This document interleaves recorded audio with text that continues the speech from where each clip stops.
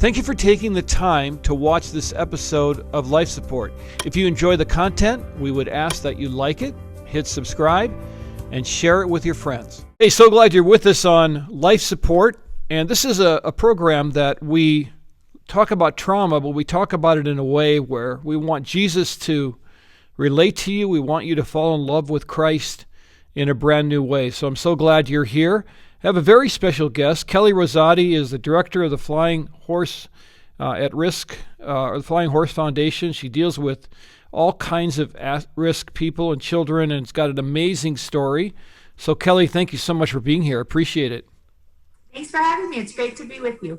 So you're in beautiful Colorado Springs, and you have quite the story to tell. So how did you end up doing what you're doing, and what exactly are you doing? Because it seems really cool and really unique.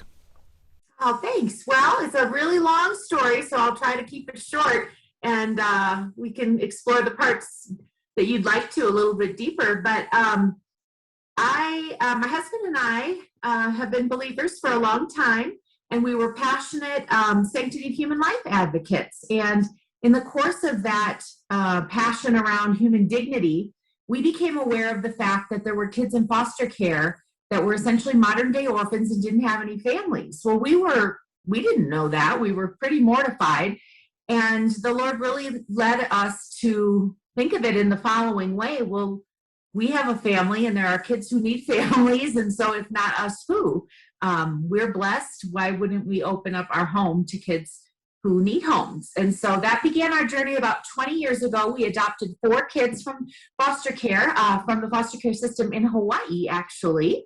And it has been an incredible journey. 3 of our 4 children have very severe mental illness. And we didn't know anything about mental illness when we started this journey. Literally nothing. We knew something about trauma, and all of our kids, of course, experienced early trauma. Anytime kids come from the foster care system, they're going to have experienced trauma. It's going to have, as you know so well, changed their brain, and it's going to affect things as they age and as their brain changes with them. And so we felt like we might be pretty prepared because of what we knew about trauma, even way back then, but we really had no idea. And the journey has been far more difficult and excruciating than I could even begin to describe because of the serious mental illness that our kids have faced. And so as a result of that and experiencing that, had a real passion for wanting to help families trying to parent kids, to help them find healing, to help them know how much they're loved by Jesus, and to help the families be able to continue to be okay in the midst of what is excruciatingly difficult. And so the Flying Horse Foundation provides equine assisted learning to kids who are at risk, whether it's from early trauma, whether it is from mental illness or other challenges that have gone in their lives. And so each week we see about 120 kids here from Colorado Springs. They come from group homes. They come from our local teen homeless shelter. Probably half of the kids we serve have been adopted. And so this is a post-adoption support service that we offer. All of our services are free. And we have 18 horses that are our partners in this ministry, if you will. And we just see God do really neat things through the blessing of a horse. And we see connection be able to happen with kids for whom no other interventions have helped. And so it's a really great thing to get to be a part of. You used the term excruciating. I think that was carefully chosen. Tell me, as a parent, what has been excruciating about raising children with mental illness? Sure. Well, for the last 10 years, our lives have been regularly focused around things like self-harm and suicidality and anxiety and depression and medicine and psychiatrists and psychologists and psychiatric hospitals and police and ambulances and the law enforcement system, homelessness, missing persons status. These have been the themes that have been our lives. And so, in addition to how hard that obviously is on its face, the other thing that's hard about it is what a death of your dreams that is. You know, we went into this like any nice Christian parents who had their kids watch Veggie Tales and, you know, couldn't wait to be the house where all the kids came and shot pool in the basement and went to all of their sporting events and their music events and all of those dreams that we had for family life. And we didn't experience any of them. And so learning to recognize and grieve the loss of those things is really, really important. And then learning, honestly, to figure out how to survive the kind of never-ending nature of living in that kind of life and death situation day after day. You know, there were times when I just had to really wrestle down and face the fact that chronic suicidality is a feature, not a bug, of a couple of my kids' illnesses. And that's just reality. And so trying to figure out with God how to get through it and how to be okay with him, even though I couldn't control the outcomes of my kids' lives. I can't fix their lives. I can't change what they have. All I can do is be the best parent I can be for them, advocate for them, love them, release all expectations that I may have put on them, and go day by day. Well, thank you for sharing that. You've been able to share your story with a number of different media outlets. I know that you worked at Focus on the Family and had influence there. How do you find people responding to stories like yours that aren't the quote-unquote normal Christian story? And it's funny because we have a lot of young families here at our church, and you know, and rightly so. They've got high hopes. They've got stars in their eyes. They've kind of believing if they do A and B, that'll equal C, and life rarely turns out that way. So what kind of response do you get from people? Yeah, that's so important what you just said. I think that as a kind of the church, we've done such a disservice, and the leaders of the messaging in the churches and the nonprofits, we've done such a disservice to people by suggesting that absurdity, honestly, that if we just do A and B, C will be the result. It's not true. And nor does the Bible promise us that. And so I often marvel at how we got so sideways on that. But I have to tell you that I think you know well, oftentimes the kind of the worst place for understanding around mental health issues can be the church. And I don't say that with bitterness, at least at this moment. I won't lie and say that I haven't struggled with bitterness about that. But there's this kind of attitude that, well, if you just pray hard enough and get right with God and read your Bible enough, you're not going to have mental health issues and this is going to go away. And the reality is that's just not true. And it's really destructive to tell people that, to tell people who are at their most vulnerable and who are living with a kind of suffering that most of us could never conceive of, to kind of put that heaviness on them as if somehow this is their fault. And if they just got to it with God, everything would be better. So that's a pretty difficult initial barrier, I would say, in trying to deal with the faith community and mental health.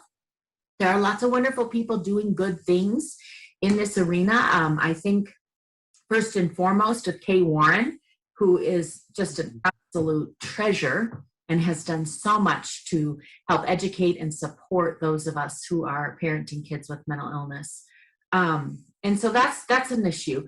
And then if you can get past that issue, I think that people who haven't experienced it, and I am absolutely guilty of this myself 20 years ago, having no clue, it feels scary. You know, it's scary. My son with schizophrenia who has given me permission to always talk about his story if it can help anybody else. He decompensates and goes into a period of psychosis where he is seeing and hearing things that are not actually real, but they're just as real to him as I am. And in fact, when he goes deeply into psychosis, he doesn't know who I am. I finally figured out the way to describe to my friends who have a hard time getting it is think of him as having dementia in that moment, except for it's very dangerous because he sees and hears what are called audio and visual hallucinations, and they tell him to kill himself. And so he does very dangerous and horrifying things. And this used to happen probably every 2 weeks for years on end. And of course, you see every doctor, you try every medicine, you try every prayer, you try everything there is. And it finally took for us getting to a Harvard psychiatrist with a specialty in schizophrenia to find the right medicine for him that has given him some stability. And so these episodes that would happen where we would have to call 911 and go have him go with the police to the hospital.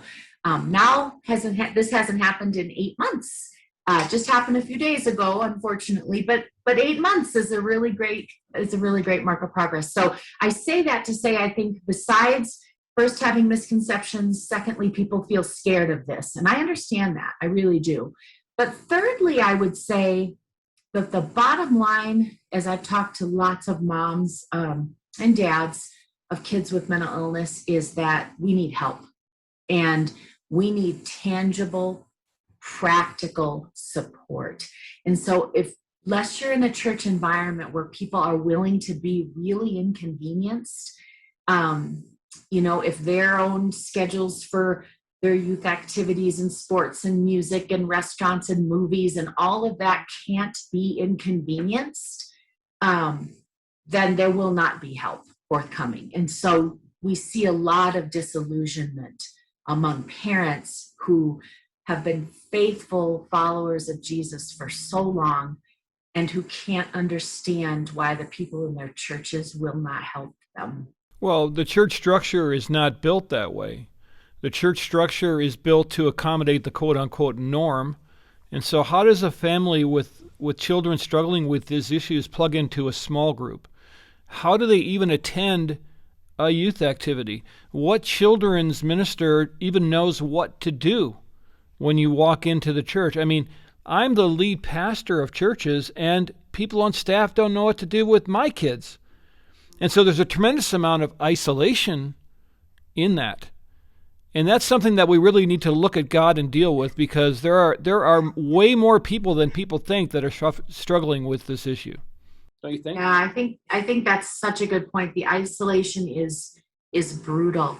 I think it all goes back to kind of, and I don't know how to fix this, so you'll have to fix it. I can kind of fix it. I don't know how to fix it, but I think it kind of goes back to just the way everything is structured. That as followers of Jesus, we ought to grow in Him, understanding that our lives are to be poured out for others as we take care of ourselves, and that we probably should structure our lives so that serving others and ministering to people who are struggling is just a natural part of what we do. It's just as natural as going out for pizza.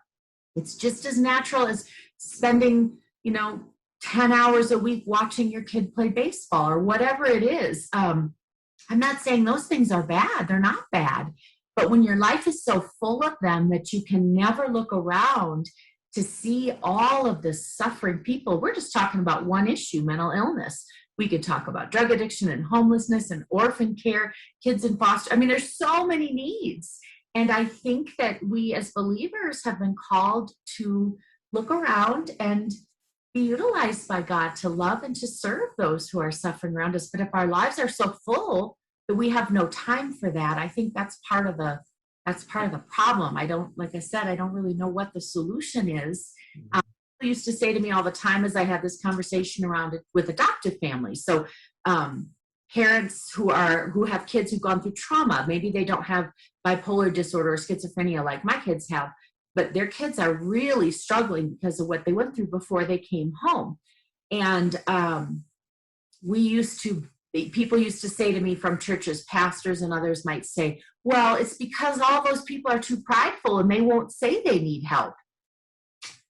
Okay, I think there's probably a little bit of kernel of that in the beginning, right? And then when you live this life, it just so lays you out. You get way past that real fast. Yeah. And so we then would have families begging their churches, simple things. Can you drive my kids around? Because they all have psychiatrists and psychologists and medical appointments and IEP appointments at the school. And I got multiples of these. So could you help drive them around? Could you bring some food? Could you give gift cards? Could you actually come and spend some time at my house so I can shut my room and go into my room for 1 hour? Those things are things that everybody can do.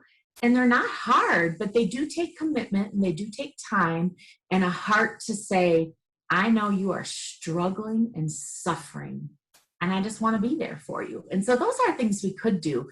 But I have to admit that I'm no longer naive in my optimism about how easily that can be accomplished. I used to think this is the easiest nut to crack in the world.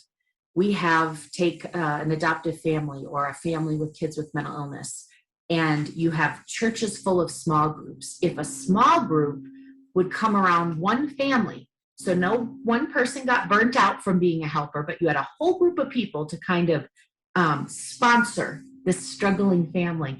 Oh my goodness, that would revolutionize things. So I thought that's what we'll do. We'll just tell everybody to do that. And I thought it would work, and it didn't really work.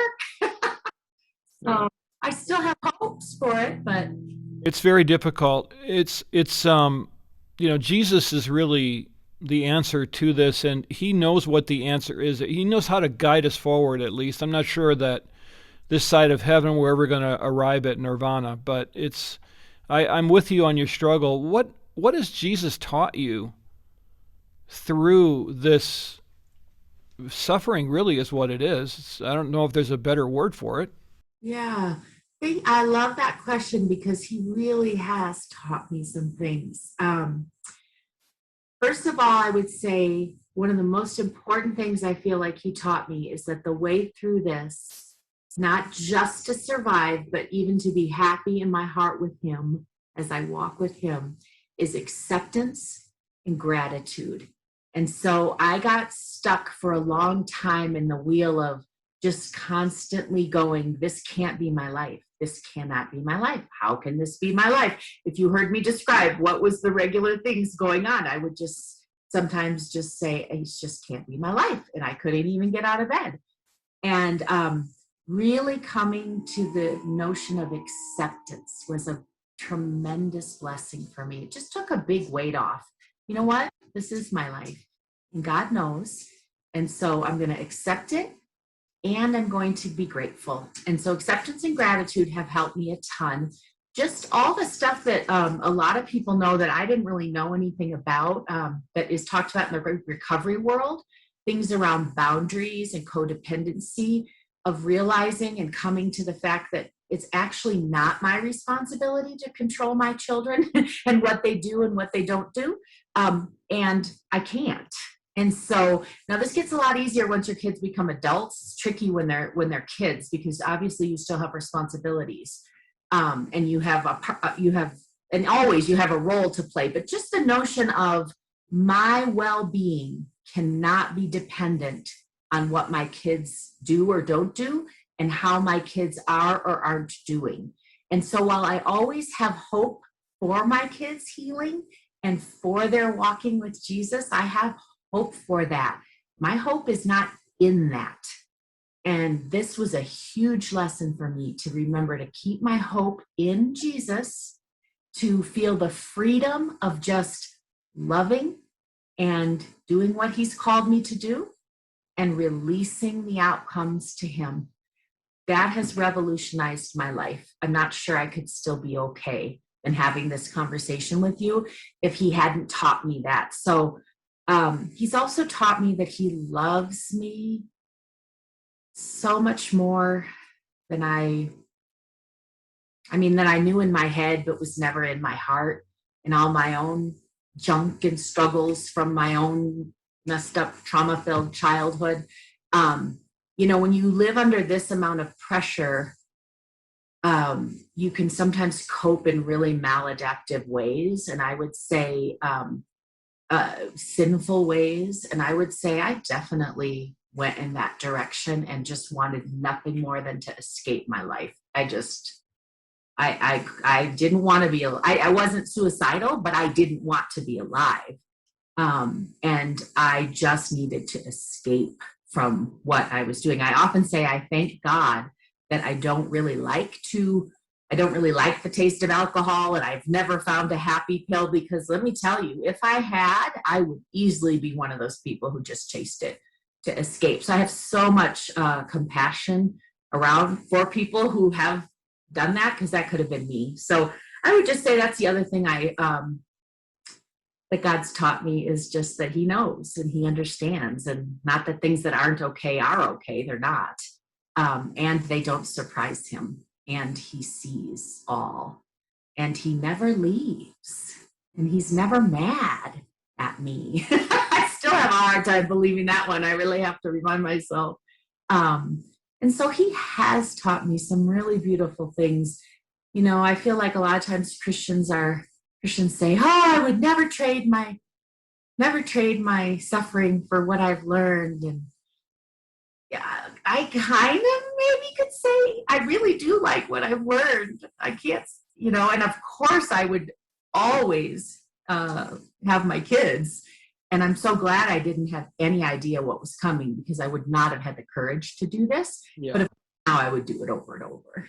Well, I'm looking forward to talking to you more next time about this, because I have a lot of questions, and I can relate to a lot of what you're saying. What do you do at the Flying Horse Foundation? What do we do? Mm-hmm. We provide free equine-assisted learning for at-risk kids in our community, and we strive to advance child well-being through the attributes of connection, awareness, resilience, empathy, and self-regulation. So that's kind of always what we're driving toward, and helping kids to understand how much they're loved and loved by God, and helping them be able to open their hearts and connect, first through a horse, and then take those lessons back to their families.